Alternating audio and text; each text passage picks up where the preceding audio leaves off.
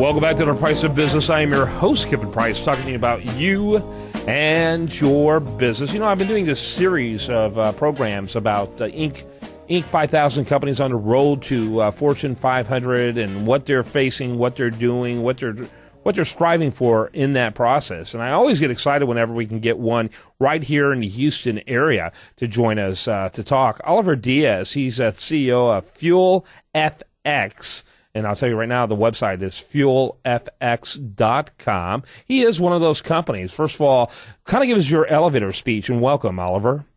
Hi, how are you? Good, thanks.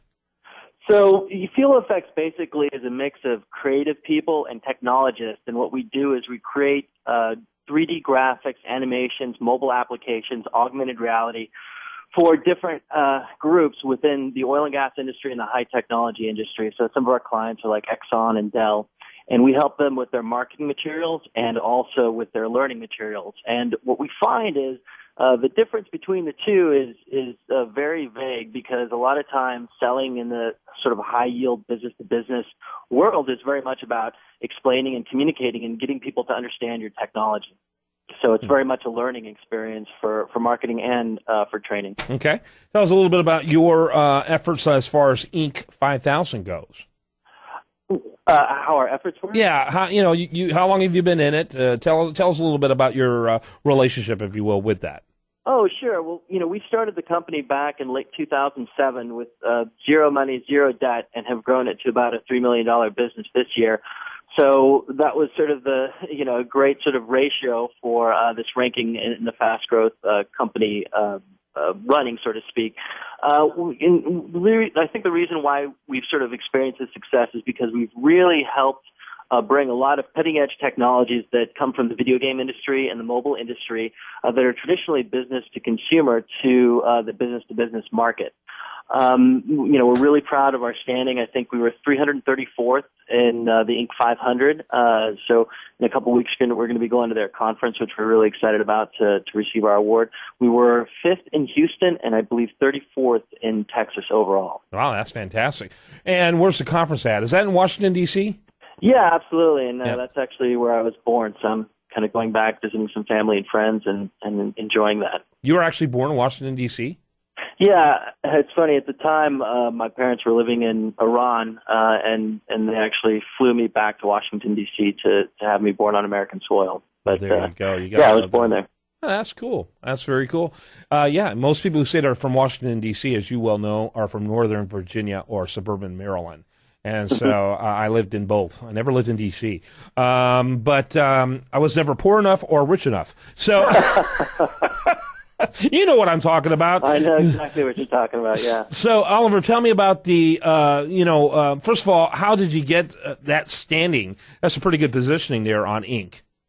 Well, I think it has a lot to do with the type of media we produce, right? When you're an advertising agency trying to approach the oil and gas industry here in Houston, which that has a lot to do with our positioning, is we're right here in Houston where there's so much oil and gas and energy money. It's really hard for them to parlay their services into something that's usable by a lot of their salespeople and marketing people, because traditional media is very ad heavy and whether it's on TV. And what we do is we create a lot of information graphics, a lot of high-end animations, like you might see as special effects in movie theaters, but we do it to explain really difficult to understand technologies within the oil and gas industry. And then companies can take those materials and leverage them with training and other interactive media to help educate people internally. It's really a question of us having sort of this vertical integration of services where we can come into a company on many different levels, whether it's their training department, marketing department, or even IT department, because we do a lot of custom software development and mobile apps. And then once we're there, we sort of, because of the quality of our work and because of the nature of the technology and how good we are at explaining these difficult to understand messages and processes, we really sort of penetrate the company and do more and more work for them. Yeah. So that's sort of our entry point and how we sort of spread. So you're a marketing company that specializes in helping energy companies in particular market what they do.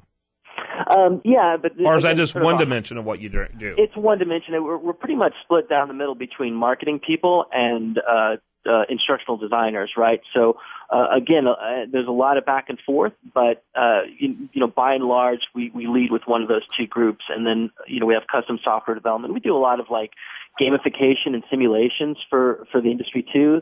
A lot of companies have large groups that can never step on an offshore facility, but they develop software or equipment for those facilities, and they really need to be familiar with them. So, we can create like virtual simulations, like a World of Warcraft or a video game simulation that allows them to walk around a platform and learn about it and learn about the equipment. So it's almost like they're there.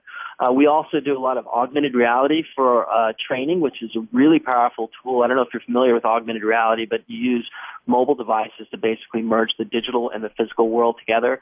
So using the viewfinder of your phone, people could say, look at a piece of equipment and it could identify it. It could tell you how to do different operations. Or people walking around a refinery could sort of pan through their viewfinder and it would call out different pieces of equipment that need to be maintained or replaced, and then also give them the ability to order it all in one fell swoop.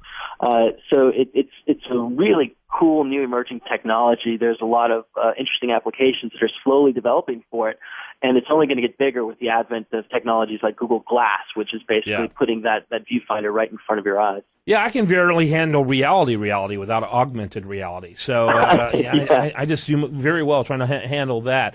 Very cool. So are you looking at Fortune 500 and what's required to be in that elite group? Yeah, absolutely. At this point, we've been completely sort of self-funded, but we're sort of starting to reach this point where we need a lot of infrastructure to fully provide the services we need to these large clients.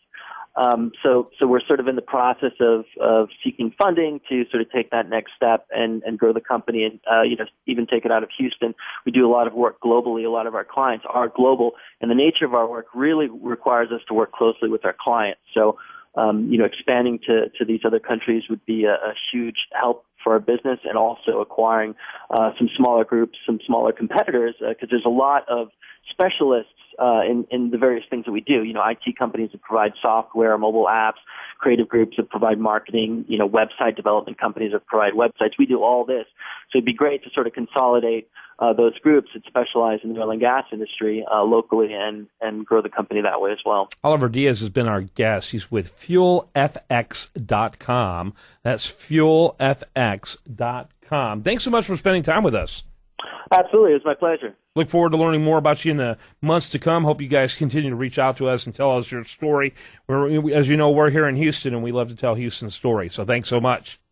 Take care. All right, when we come back, much more for you. I do want to remind you the best content here shows up over there at usdailyreview.com. While there, make sure you engage with it. And do that with your social media. Like it on Facebook. Follow it on Twitter. Put a plug for it on Google. And then I can think of a gazillion other social media that you can mention it on, and we would love for you to do just that. So take a minute to do that. usdailyreview.com.